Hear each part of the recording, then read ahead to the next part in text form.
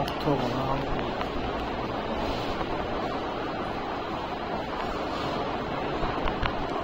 frequency division multiplexing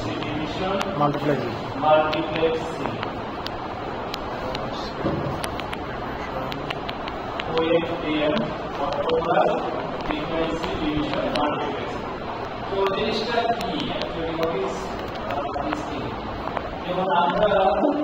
radio communication করতে চাই radio communication করতে গেলে আমাদের কি লাগে রেডিও কমিউনিকেশন করতে গেলে আমাদের রেডিও ট্রান্সমিটার আর রেডিও রিসিভার এই ডিভাইসগুলো লাগে ওয়্যারলেস কমিউনিকেশন তো সেখানে কি লাগে রেডিও ট্রান্সমিটার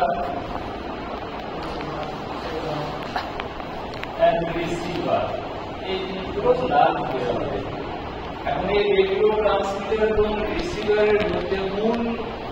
সার্কিট কি বা মূল কম্পোনেন্ট কি যে জিনিসটা আমাদের কমিউনিকেশন করতে দেয় যার সাহায্যে আমরা কমিউনিকেশন করি মূল জিনিসটা কি মূল কোন জিনিস যে জিনিসটা ব্যবহার করে আমরা রেডিও কমিউনিকেশন করতে পারি ট্রান্সমিটার এবং রিসিভার এই ট্রান্সমিটার এবং রিসিভার গুলো কিভাবে তৈরি হয় এটা একটা সার্কিট যার মধ্যে একটা সার্কিট সেই সার্কিটের মধ্যে বিভিন্ন ধরনের কম্পোনেন্ট আছে ইলেকট্রনিক কম্পোনেন্ট আছে এই কম্পোনেন্টগুলো দিয়ে এই সার্কিটটা তৈরি মেইনলি যেখানে কি হয় এই ধরনের সার্কিটের মধ্যে আমরা দেখি যে অ্যামপ্লিটিউড মডুলেশন এটাকে এএম ট্রান্সমিটার বা ট্রান্সমিটার নিয়ে একটু করতে গেলে ট্রান্সমিটার যদি আমরা করতে যাই এএম ট্রান্সমিটার এফএম ট্রান্সমিটার এবং আরো এইগুলোর উপর বেস করে আরো ট্রান্সমিটারের নাম আমরা দেখতে পাই তার মানেটা কি মূল জিনিসগুলো হচ্ছে এএম ট্রান্সমিটার বা এফএম ট্রান্সমিটার তাহলে আমরা যে রেডিও ট্রান্সমিটারটা তৈরি করছি সেই রেডিও ট্রান্সমিটারের মধ্যে কি আছে অ্যামপ্লিটিউড মডুলেশন টেকনিকটা কি ব্যবহার করা হয়েছে